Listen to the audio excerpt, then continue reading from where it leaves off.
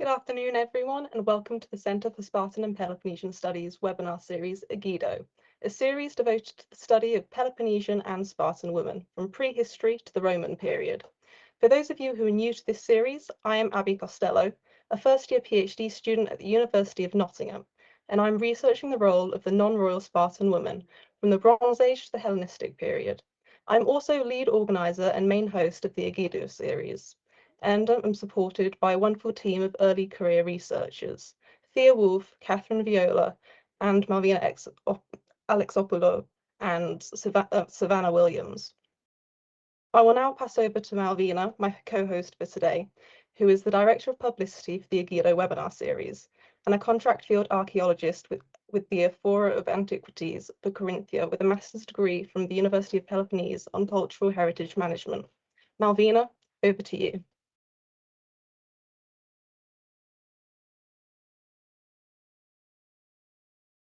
Sorry, Malvina, your microphone's muted. I'm so sorry. Okay, good evening from me too. The AGIDO committee are honored and delighted to introduce Petros Tsagklis, a first-year PhD student at the University of Nottingham. He graduated from the Department of History and Archaeology of the National Capodistria University of Athens, and he completed his master's degree at the University of Crete.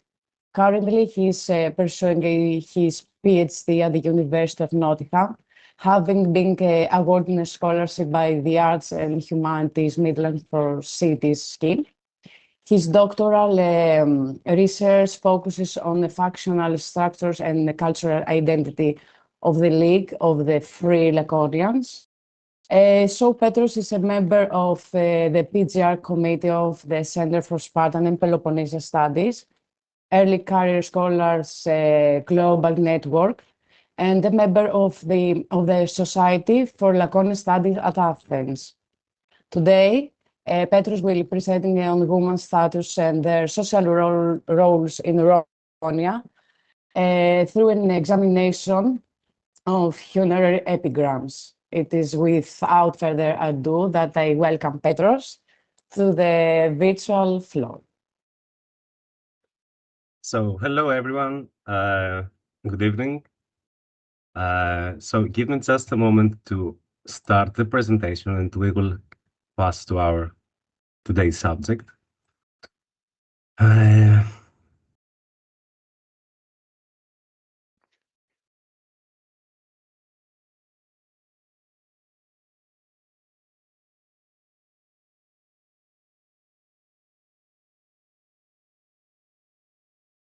We can see the PowerPoint, Petros, but are you able to please move Yeah, that's what I'm trying right now.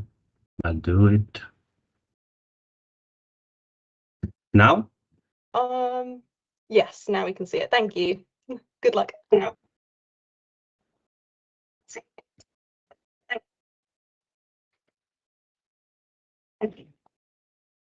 There's some trouble with internet connection or no? All right. So, good evening everyone again. I would like to warmly thank Malvina for the kind introduction and all of you for being here with us this evening. I'm also grateful to my lead supervisor, Dr. Chrysanthi Galou, for her assistance in the accurate English rendering of the ancient texts examining this talk. The institutional position of women in southern Laconia during the Roman imperial period as reconstructed through the region's funerary epigrams.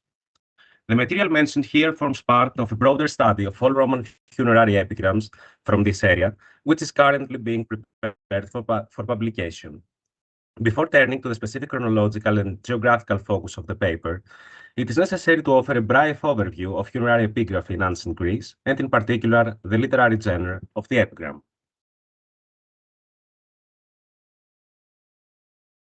The mystery of death has preoccupied humanity across cultures and historical periods. Confronted with the inevitability of mortality, people have long sought to comprehend it through myths, beliefs, and traditions concerning the afterlife. For the ancient Greeks, death marked the clear boundary between two worlds, that of the living upon the earth and the realm of the dead, or the underworld. Yet, this boundary was not entirely fixed. It was shaped by the living, who continued to project their memories, emotions, and social values onto the deceased. In this way, death did not signify an absolute end. Through rituals, funerary monuments, and commemorative practices, the dead remained present within the community. These practices not only reflected how individuals were remembered, but also shaped how society understood identity, status, and moral ideals. The dead, in a sense, acquired a second life, an enduring presence preserved in stone and memory. Funerary inscriptions played a central role in the posthumous reputation of the dead. These were short texts, typically carved upon grave markers, and they contained information about the deceased, such as their name, age and place of origin, the manner of their death, the virtues that characterized them, their professions or offices, their family status, and so forth. Because inscribed monuments of this kind required a considerable expense, their erection constituted a display of personal and familial prestige, and as a rule was a privilege of the socioeconomic elite, those who were chiefly concerned with their proper image after death. As a result, among the total number of burials discovered today, those bearing funerary inscriptions form a minority, and of these, the majority contain only a few words, a name, sometimes accompanied by a demonym or patronymic, a brief exhortation, or a single word farewell. Nevertheless, already in the archaic period, and specifically during the 8th and 7th centuries BC, the literary genre of the epigram began to develop. Epigrams were metrical inscriptions in a lyrical style, which displayed strong influences from the Homeric epics and the elegiac poetry of Archilochus and Tyrtaeus. I'm sorry, can you please close your microphones? Thank you. This new poetic form had the advantage of combining lamentation with encomiastic and consolatory content, and thus they were deemed to be suitable for use in funerary art. With Simonides of Chios in the 5th century BC and his famous epigrams for the warriors who fell at the battles of Marathon and Thermopylae, the epigram became a distinct literary genre before finally consolidating all its characteristic features during the Hellenistic period. Following the decline of the Greek city-states and the rise of the Hellenistic kingdoms, there was a growing emphasis on individuality and private life, as well as a shift toward more everyday and earthly forms of expression. In this context, funerary and non-funerary epigrams flourished and even influenced Latin literature. Later, under Roman rule, the production of funerary epigrams revived within a broader climate of classical nostalgia, especially under Nero and the Philhellenic emperors of the Antonine dynasty. The funerary epigrams of this later phase differ from the earlier, as they are usually longer and more personal, offering richer information about the lives and daily activities of the deceased. The epigrams discussed today belong to this later tradition, all dating to the 2nd and 3rd centuries CE, and thus allowing us to glimpse the lived experiences of the women of southern Laconia nearly 2,000 years ago. The Laconians appear to have been particularly preoccupied with death from an early period, engaging with it extensively in both thought and artistic expression. In archaic Laconian art, motifs connected to the underworld and chthonic deities recur frequently, ranging from the so-called heroic reliefs to Gorgonia and distinctive local face painting. Spartan education, the famous agog, further reinforced this outlook, fostering, according to ancient authors, courage, endurance, and a deliberate contempt for death. Within this cultural framework, it is unsurprising that the ancient Greek beliefs located one of the entrances to Hades in Laconian territory at Cape Tenaron. At the same time, however, Spartan funerary practice was highly restricted. Grave goods were prohibited, and funerary inscriptions were limited to specified categories of the deceased, like those who fell in battle, priestesses, or women who died in childbirth. It should be noted here that, as Professor Stephen Hodgkinson has argued, monuments for fallen warriors were most likely not actual graves, but rather commemorative memorials. This issue, however, lies beyond the scope of the present discussion and will not be pursued further here. All these stringent funeral customs were observed not only in Sparta itself, but also in the surrounding perioic communities, as evidenced by funerary inscriptions honoring the same categories of individuals found in their towns, as well as by related practices, such as burials within the urban fabric, as for example at Gythion. This situation changed after the Roman defeat of the Spartan tyrant Nabis in 195 BC, when the coastal cities of Laconia gained autonomy and eventually formed the League of the Free Laconians. In the centuries that followed, cities such as Gythion, Asopos, Vie, and Kenipolis developed into flourishing urban centers within the Pax Romana with strong Mediterranean connections.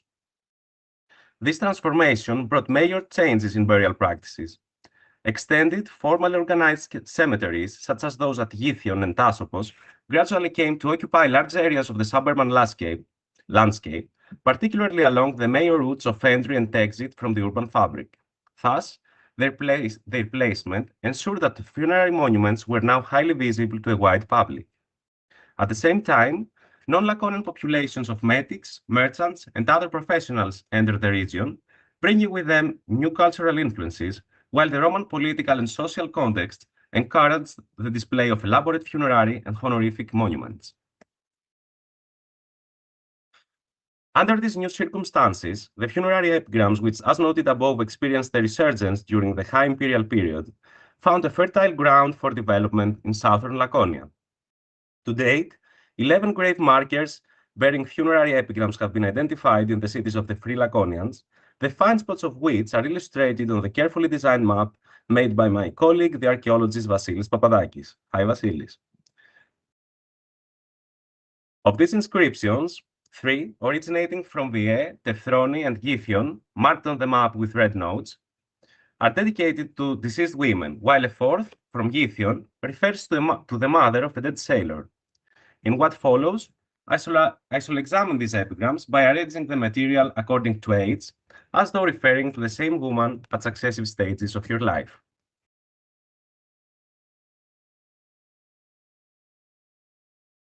The first epigram I examine commemorates the young maiden Arescusa. It comes from the ancient Laconian city of Vie, near Cape Malea, and is dated to the late 2nd or early 3rd century CE.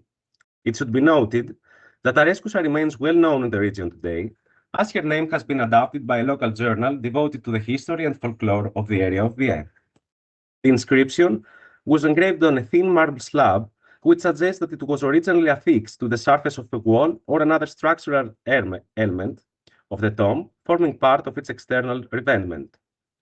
It was discovered in the late 19th century by Bider, first published by Durbach in 1885, and subsequently republished with translation and additional restorations by Ernst Gardner in 1887, Pick in 1955, Taifakos in 1971, and Tandulos in 1999. Now let us read it. Originally, I thought about reading only the translation, but I'm Greek, so I can try to also to read the original text.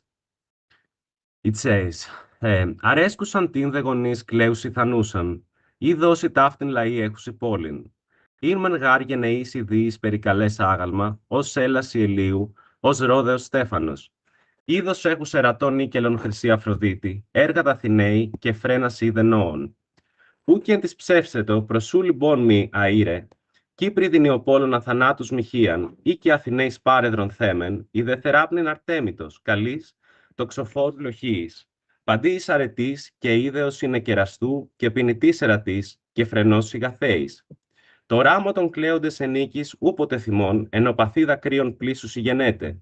Συν αρετήν τε ατέργα σα αφροσύνην τε ποθούντες, είδος τε ηγάθεων αρέσκουσα κλητή.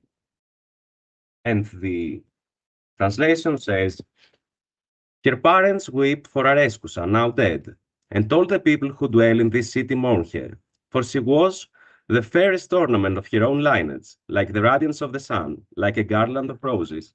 Her beauty rivaled golden Aphrodite, yet her works, her mind, her counsel were of Athena. None could have dared to lift her unto Olympus, to set her beside Cyprus in her holy shrine, or place her as attendant of Athena, or handmaid of fair Artemis, the archer maid, for the sake of every virtue and her lovely form, and her wise and gracious heart.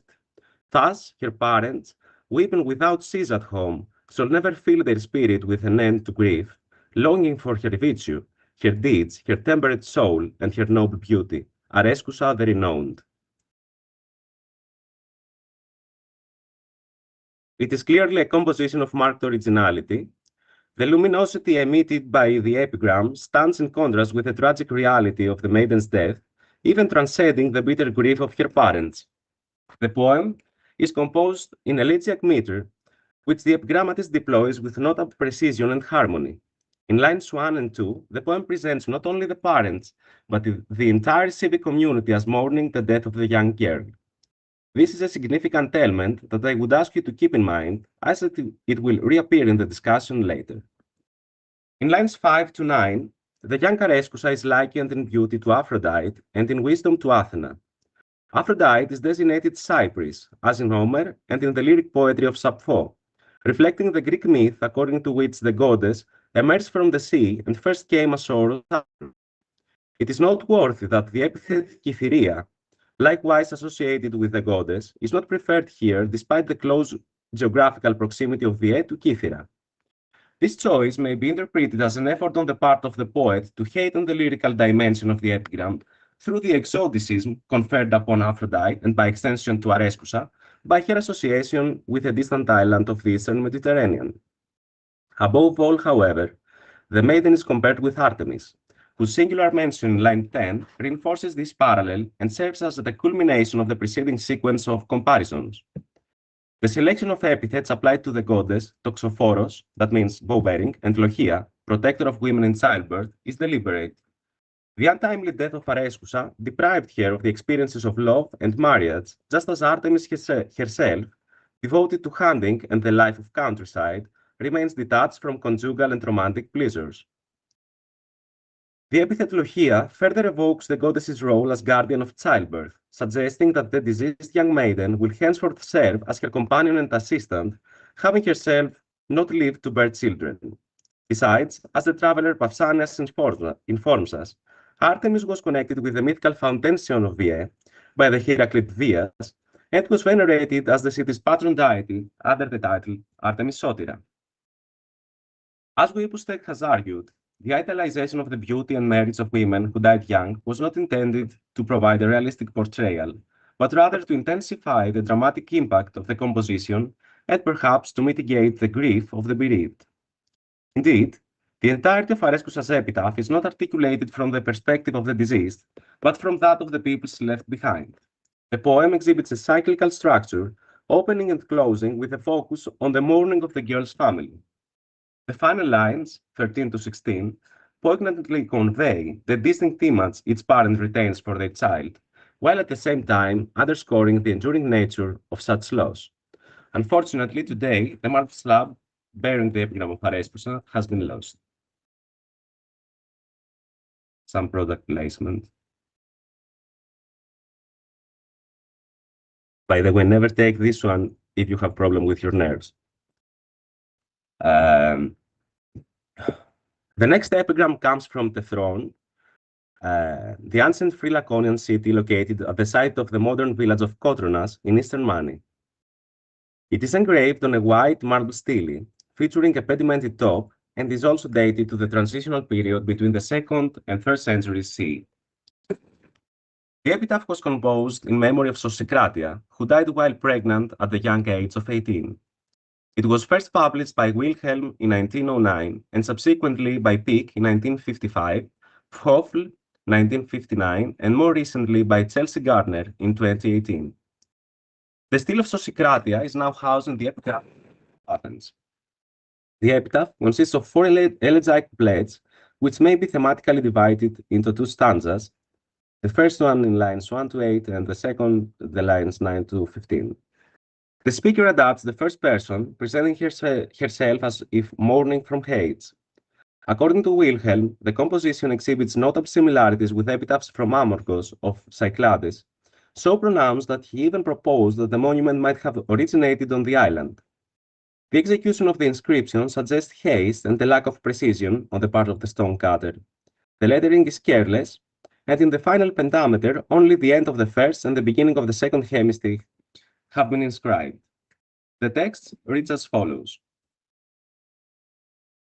Η έλιον προλυπούσα φαεσφόρον εις αχαίροντα, σωσικράτη έμολον πατρίς είναι εσπομένη. Κουρίδιον προλυπούσα απόσυν και μητέραν λιγράν, ήλιθον εις αίδιν πένθος αφής αδόμης. Οκτωκεδεκέτηδε χρόνων ζήσας ακατήμαρ, ουκ ίσχυσα λυπήν σπέρμα, φιλογαμέτη, βαστάζουσα βρέφος κατανίδιος, ω γλυκή φέγγος, ζώης πριν κατηδίν δύναμη που σκοτίους. That is, leaving the sun's bright light behind, I crossed the Acheron. I, Sosicratia, following after my father to the Sage. Husband of my youth I left, and my sorrowing mother. I descended to Hades, leaving heavy grief within the home. Only 18 years did I live, beneath the turning of the days, yet felt shame to depart, leaving no child to my dear spouse. For I carried a baby within me, a sweet light yet unborn, which before it saw the day, sank down to the shadowed halls. I remind you that this high poetry, almost Shakespearean here, has the great contribution of Dr. Santigalou, who really helped me in the translation in poetic English. The entire composition is structured around the antithesis of light as a symbol of life and of darkness as a symbol of death. This poetic motif recurs repeatedly in Greek literature from the time of Homer onward, and is likewise known from various other funerary inscriptions, particularly those commemorating women who died in childbirth.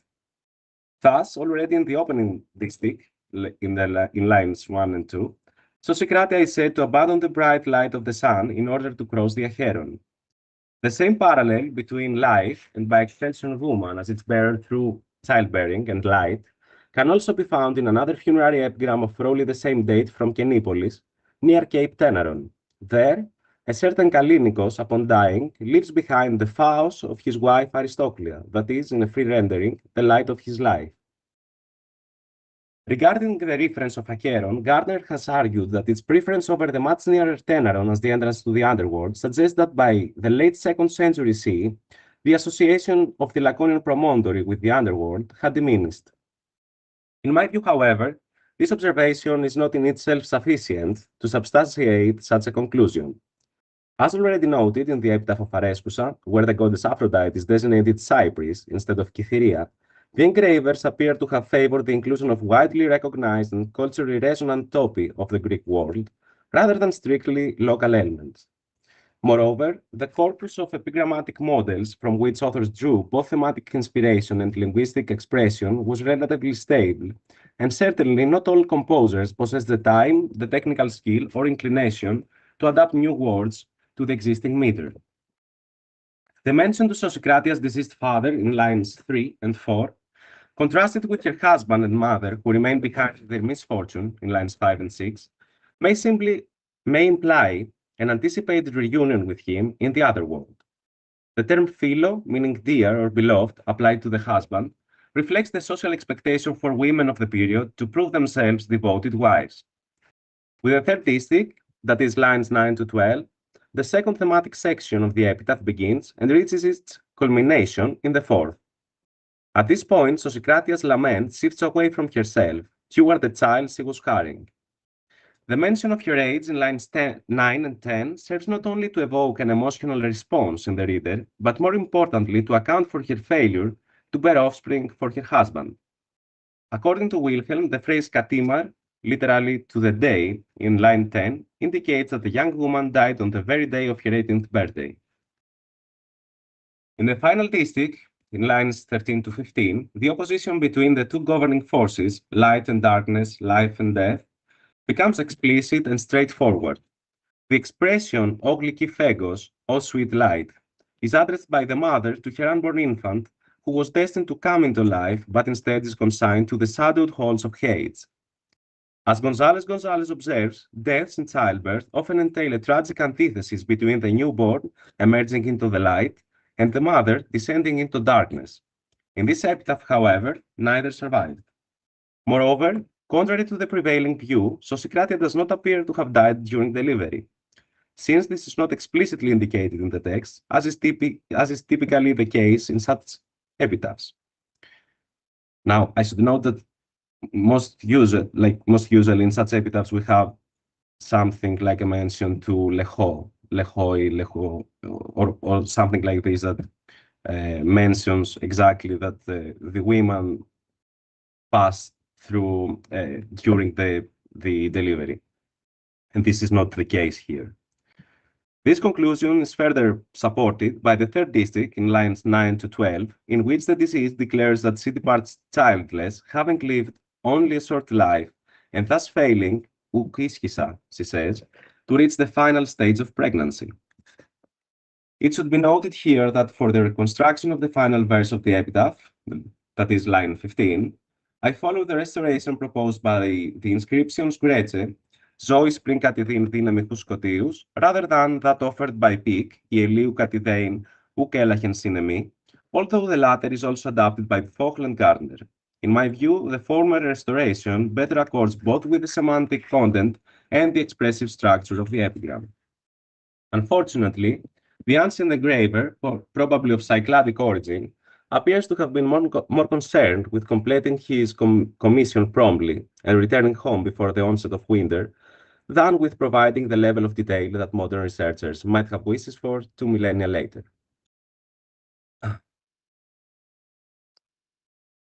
The third epigram I will examine was composed in honor of Damu and was found in the environs of Githion. It is dated to the 2nd century CE, most likely in its second half, and was first published by Rizakos in 1910 before being republished by Pic in 1955. It is worth saying a few words here about the technical features of the funerary stele, as it is a particularly well-crafted monument.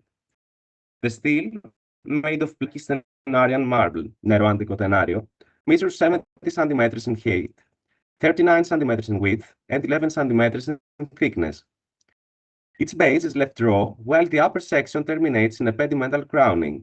The three corners of the pediment are adorned with projecting palmets in the form of acroteria, and at the center of the tympanum, a relief rosette is carved. The letters of the inscription are incised and further emphasized by the application of red pigment. At the end of lines 2, 5, and 8, 3 decorative ivy leaves attest to the care taken and skill of the craftsman.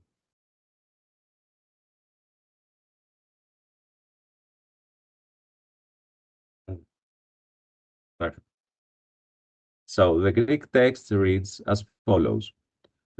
Δαμού χέλη, ζήσασα έτη 32, μήνας 7, ημέρας 5. Σπάρτη μεν σε ποθεί, περί σοφροσύνης δε, φίλανδρε, πολλών σεμνοτέραν, νυν σε αίδης κατέχει. Farewell, Damu, fair one, having lived 32 years, 7 months, and 5 days, Sparta longs for you and for your modesty, and you, O devoted wife, held in honor above many. Now hate possesses you. The text is divided into 2 sections. The name, farewell, and lifespan of the woman are presented in prose and in larger letters in lines 1 to 3, while the remainder is metrical, forming an elegiac couplet in lines 4 to 8. The name of the deceased, Damu, is most probably a variant or diminutive of Damo. Names of this type, derived from or incorporating the element Damos, the Doric form of Demos, were particularly common in Laconia. According to line 4 of the inscription, Damu hailed from Sparta, a city in which she also appears to have spent a great part of her life. Despite the liberation of the free Laconians from Spartan guardianship, the ties between them were never entirely severed. Throughout the late Hellenistic and Roman periods, Spartans settled either permanently or temporarily in cities of the League, where they maintained estates and residences. In my more extensive article on the South Laconian epigrams, I argue that Damu may have been a descendant of the Spartan physician Damiadas, who around 70 BCE was honored by the citizens of Githion as their proxenos and benefactor. Here, however, I prefer not to pursue the matter further for the sake of brevity. In any case, the quality of the funerary stele leaves no doubt that the deceased belonged to a prominent and affluent lineage. It is likely that her family owned estates in the region of Githion and resided there on a seasonal basis. Alternatively, as a member of the Spartan aristocracy, Damu may have married the leading citizen of Githion. Although the inscription is Laconic, It employs a range of communicative strategies frequently encountered in female funerary monuments of the period. The greeting following her name, Here, in line 1, and the expressions of praise, Kali in line 2, Philandre in line 6, Polon Semnoteran in lines 6 and 7 reproduce words and compliments that would have been spoken during the funeral, thereby imparting an auditory dimension to the text. At the same time, by celebrating her beauty, Kali, her devotion to her husband, Philandre, and her modesty and propriety, the composer succeeds in idealizing the deceased, presenting her as an exemplary figure who had fulfilled her social duties with distinction. The same purpose is served by line 4, where grief and longing for Damu are represented as collective experiences extending to the entire city rather than being confined to her immediate family. Let us recall here the epigram of Arescusa, who was mourned not only by her parents, but also by all the people who dwell in the city of Brie. Similarly, in the funerary epigram of the young Evameridas, from the free Laconian town of Hippola, we read that the entire communities of his fatherland and his mother's fatherland wept him. Now, this recurrence of this thematic motif is not accidental. On the contrary, it constitutes a typical means of projecting the deceased's high status. More precisely, this formulation accords with the ideal of harmonious social cohesion, in which the less affluent benefited from the resources and benefactions of the powerful, and in turn shared emotionally their grief. At the risk of committing a cultural anachronism, we may here compare Herodotus' account that at the funerals of Spartan kings, not only all Spartan households were required to participate in mourning, but also the Perioeci and the Helots. On the other hand, the very precise mention of the age at death down to the day in line 3 was not intended primarily to provide the viewer with exact information, after all, who would be concerned with such detail, but rather to highlight the affection that the deceased enjoyed from her relatives during her lifetime. This practice reflected the influence of Roman epitaphs, especially those for children, in which the importance of the deceased to their family was expressed by counting each day of their life. From southern Laconia, we have two further such examples. The first is the aforementioned epigram of Sosikratia, where it was noted that she died at the age of 18 to the day, Katimar, as we saw. The second, and most representative, is the Latin epitaph of the young Claudia Prisca from Kenipolis, who, as it is thoroughly stated, lived for 2 years, 8 months, and 5.5 hours. Of course, the chronological details provided in these inscriptions should not be taken as precise. They serve merely to heighten the literary expression of parental or conjugal grief. The final 3 lines of the epigram are devoted to the farewell addressed by her husband. The juxtaposition of Damu's modest and virtuous married life with her abduction by Hades unmistakably evokes the myth of Persephone. This symbolism may relate to the sanctuary of Demeter and Kori at the border of the Free Laconian League with Sparta at the settlement of Helos, as well as with the associated Eleusinian cult, whose presence in the region is epigraphically attested by inscriptions from Sparta, Yithion, and Gerontre. Now, the final example I shall discuss today also comes from Yithion and dates to the late 2nd or early 3rd century CE. It was discovered on a partially broken stele south of the ancient acropolis of the city and was first published with many lacunae by Petridis in 1870. Later references and republications of it with significant restorations include those by Pruner, Coronert, and Pick. In contrast to the previous examples, this epigram was not composed in memory of a woman, but for a certain Epicurus who drowned in a shipwreck near Cape Tenaron. Nevertheless, it contains valuable information on the social expectations placed on women, especially on mothers, during mourning, which is why I have included it in my presentation. Let us read it. Όλεο δι επίκουρε, παράκριν τέναρον οξυτάτοι, ύφιδα μης βορέοι. Κλάψε δε σημήτηρ, ως και θήκες αχιλίος αμφιχηθείς αγώης αργυρόπαιζα θέτης. Lost are the lost Epicurus indeed, by the uttermost words of Tenaron, when the mightiest blast of Boreas struck thee down in his fury. Cry out, O mother, even as once by the barrow of Achilles, the silver-footed Thetis wailed. Deaths at sea, where the body failed to return for burial and was instead consumed by the fish, constituted for the ancient Greeks a profound disruption of natural order, much like the death of a young person or a pregnant woman. As is evident, steles such as the one of Epicurus were typically erected as cenotaphs, monuments which carried great symbolic and emotional weight because they gave physical form and special presence to the memory and mourning that the sea, by withholding the body of the deceased, had effectively taken away. Therefore, these were monuments that, by definition, were erected primarily to serve the needs of the deceased's living relatives, especially those of their parents. The funerary epigram of Epicurus is brief, consisting of 2 elegiac couplets, and acquires a dialogical structure, with the mother speaking in the first 2 lines and the son responding in the following 2. It draws its imagery from the Trojan cycle and precisely from the final rhapsody of the Odyssey. There, the now dead Agamemnon meets Achilles in the underworld and recounts the grief of the latter's divine mother, Thetis, as well as the honors the Achaeans bestowed upon him at his funeral. He further describes how after his cremation, Achilles' bones were mixed with those of Patroclus and interred together in a grand and conspicuous tomb, so that it might be seen by future generations. The adjective argyropesa in line 4, meaning silver-footed or silver-sandaled, is an epithet frequently applied to Thetis by Homer. With this epic allusion, the Gyphian epigram succeeds both in idealizing the deceased by comparing him to the greatest hero of the Trojan War, and in offering consolation to his mother, reminding her that even the gods falter before the loss of their children. Epicurus' exhortation that his mother mourn him, in line 3, claps the Demeter, cry out, O mother, conforms to the proper and expected norms of grief, lending the entire epigram an elegant, yet expressive and emotionally complete effect. It is perhaps for this reason that the same thematic motif reappears in a 1st century CE funerary epigram from the Laconian colony of Thera. At the same time, however, the reference to Achilles' Thykes, that is, the tomb of Achilles, is deliberate and serves to intensify the tragic force of the composition. Thetis, at least, had an actual tomb over which to mourn, whereas Epicurus' mother had none, since her son's body was lost at sea.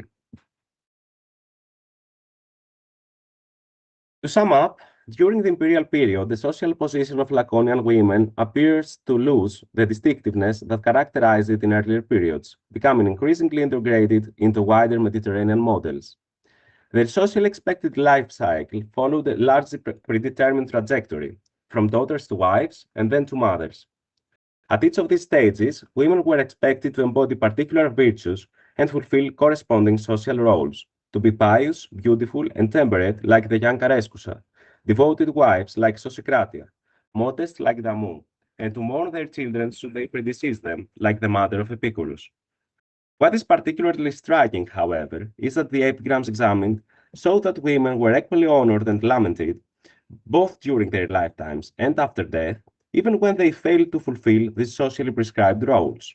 This is evident, for example, in cases in which they died in childhood or adolescence, or before they were able to bear children. The intensively emotive language of their epigrams, their portrayal as their parents' radiance of the sun or their husbands' light of life, as well as the costly funerary monuments erected in their memory, all seem to challenge prevailing modern assumptions about the inferior status and limited social value of women in earlier societies. At the same time, however, it must be borne in mind that such expressions of posthumous affection reflect above all socially sanctioned expectations of mourning, rather than necessarily mirroring the realities of women's everyday lived experience. Now, here's some indicative bibliography. And here is an exceptional AI-generated image that Chrysanthi made last days for the talk. Thank you very much. Petros, thank you very much. Thank you for for a wonderful and thoroughly interesting presentation. I would now like to welcome our attendees to ask their question through either the Q&A chat or by raising their virtual hand. So this Q&A will be led by another AGIDO member, Catherine. Hello, good afternoon, everybody. Thank you, Petros, for your talk. It's most enlightening. I have myself a question just to kick things off. While other people are thinking of their own questions, as Malvina has said, feel free to raise a hand, or else you can type your query in the chat, or if you have any comments for Petros, I'm sure he'd be delighted to discuss things further with you. So Petros, I was interested in what you said about some later restorations that there had been of some of the epigrams, I think of Arakusa and others. And I just wondered if you could say something about, maybe what the differences were between the earlier sort of interpretations and readings of the epigrams and what had happened later with the reinterpretations. Sorry, Petros, your microphone's muted.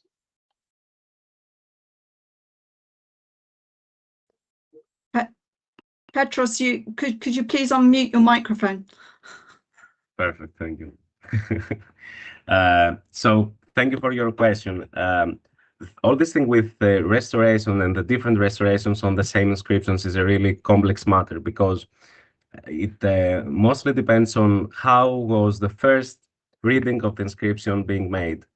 Like some inscriptions were read like during the 19th century by the European travelers that visited Greece through this time, and like published some inscription in their travelogues. In these cases, like almost like the most times, the best reading is the first one, because there is not so much like erosion of the, like it is like around 200 years ago, this reading, so it's less erosion than nowadays. So there's no any point to make a second reading or something for some inscriptions that have been already like read from the prototype. However, many of the European historians and epigraphists during the 19th century used to use photographs of their colleagues in Greece to read the inscriptions. So there were many mistakes in this, because from a photo you cannot really see what's in the surface of the monument. And now there are many corrections from people and from researchers who go in the spot and study again from close quarters the inscriptions. There are many corrections on this. And a last way that you can make a restoration is when there are one line of the inscription is lost, or like in Sosikratia's epigram, there was never written because the epigrammatist was bored, as it seemed. So you just check similar epigrams from the corpus, from the epigram corpus, and you have always in mind the meter of the epigram, and you try to find the parallels, because as I said, in fact, epigrams were drawn from a specific corpus of poems and of poetic forms. So many lyrics of what we have are being can be met again and again and again in various places of Greece in other epigrams. So reading all the corpus of epigrams, you can possibly correct or complete some missing lyrics of the epigrams that you study. So that's the three more plausibly ways to make a later restoration of the inscription. That's fascinating, thank you. And I think you mentioned that the epigram of the stele rather of Arakusa had been lost. What were the circumstances for that? In fact, most of the Laconian Roman funerary epigrams are being lost, because at these days people don't really care enough to preserve them. So, for example, another epigram that is for a young boy, so it was out of our scope today. it is mentioned that after its discovery, it was used for around 30 years as the doorstep of a house. So imagine that every day people came inside the house and outside the house and just pushing on this. So it was lost because it was not lost as a finding, but the text was was destroyed. So that's or they just sell them, used to sell them to have money or whatever. For example, in Laconia, I'm sorry, there are many stories of archaeological finds that were kept in houses, and then some tourists or some other people who may knew better about their worth just taken them in a night. So there are many possible ways to lose such a great art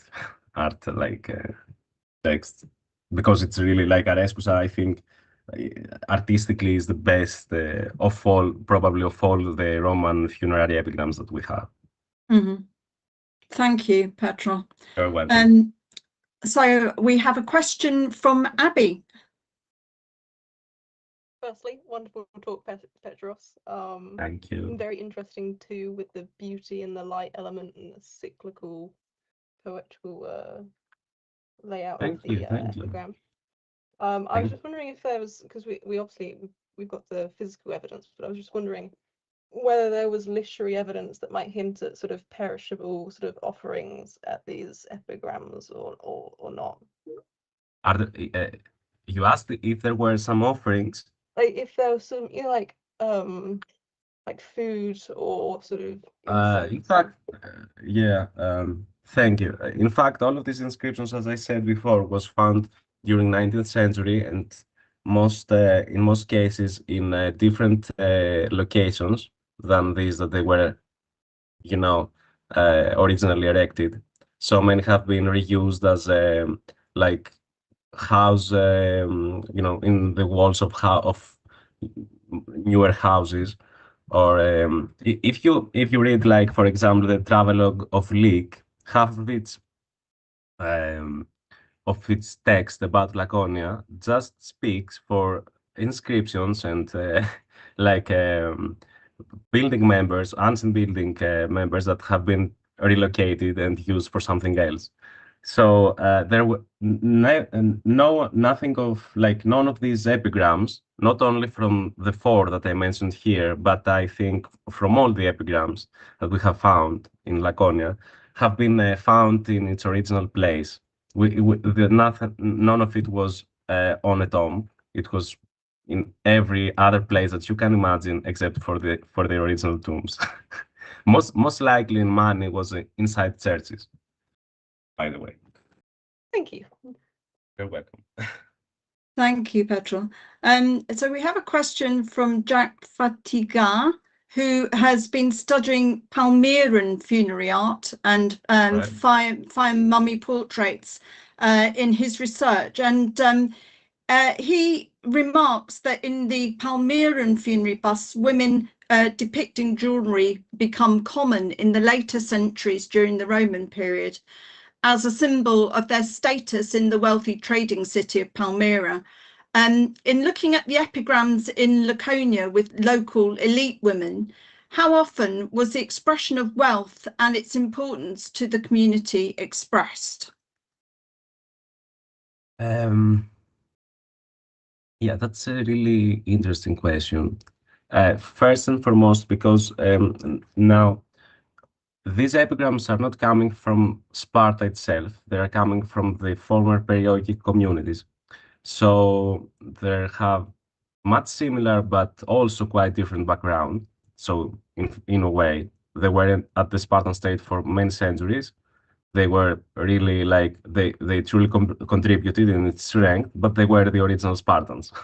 So they in a great portion, they have been, if I can, I know that we don't use this term in English, but they have being Romanized. They have adopted many ways of Roman lifestyle, and However, we don't have explicit accounts of wealth, neither in epigrams nor so much, at least until now, as in the tombs, in vases or whatever in tombs.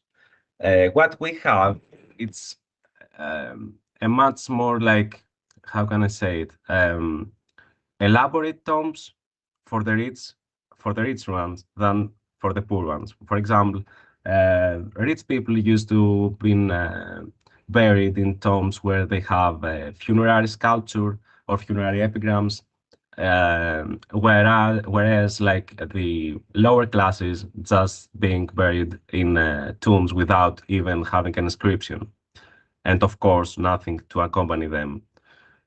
But in these epigrams or in these sculptures or whatever, there is no explicit depiction of wealth. Also, there are many, by the way, because it was mentioned about Palmyra and the Eastern Mediterranean. What is interesting, but not in our subject today, is that the funerary sculpture of Southern Laconia, and especially of the Southeastern Laconia during this period, has exhibits strong influences from the Eastern Mediterranean motifs, like from Ephesus to Palmyra, and not from the Athenian or from the Roman, which is a thing that consists one of my main subjects of my PhD, by the way. So I don't know if I answered your question. So please, if I don't, just write something more in the comment section. Thank you, Petro. And our dear friend Yorgos, Professor Yorgos Spiropoulos, apologizes he can't ask a question. He's unfortunately come down with a sore throat, but he has many things that he would like to discuss with you, and he'll speak to you soon. So we wish you well, Dr. Spiropoulos. Mm-hmm. Another question in the chat is from Dr. Andreas Stavrakis, who thanks you for your presentation and asks if you would say that these funerary epigrams from Laconia, especially for women, reflect the Athenian perceptions from the classical period.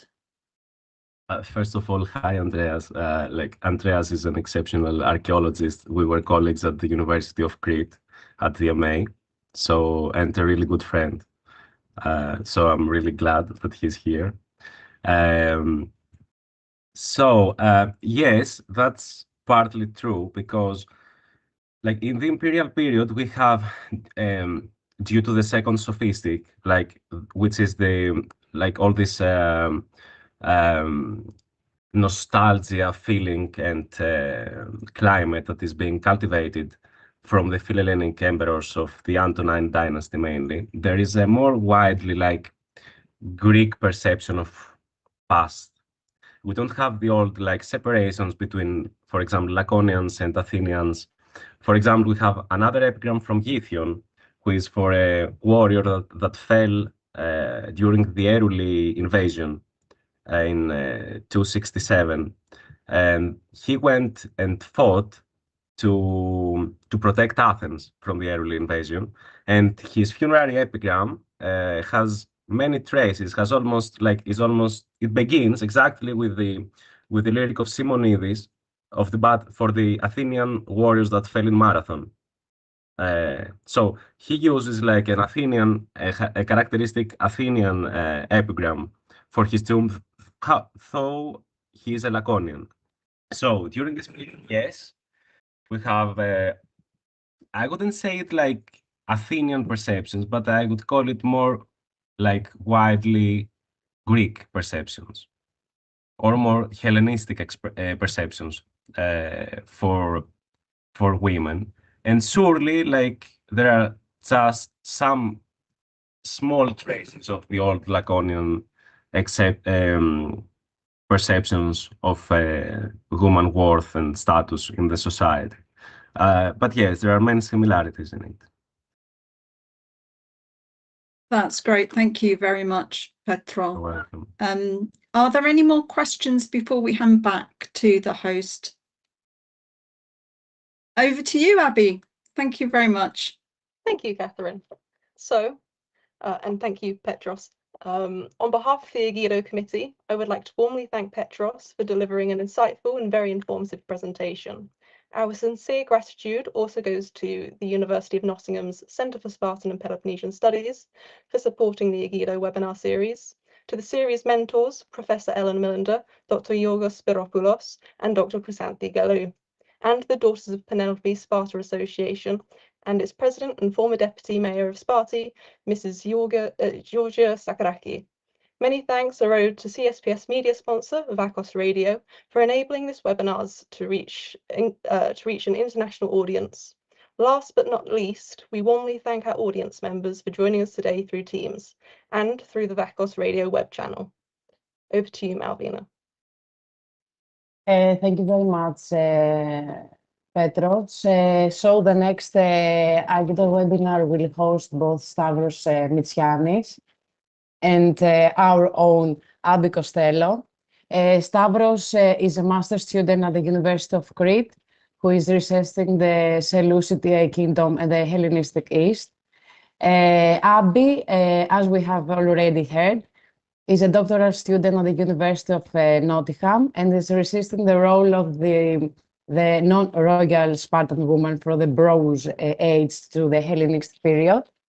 So together they will compare and discuss the Seleucid and Spartan royal woman of the Hellenistic period. Their talk will take place on Monday, 1st June 2026, so stay tuned. Until then, we wish you a wonderful rest of your evening. Thank you and goodbye. Have a nice evening. Thank you. Nice evening.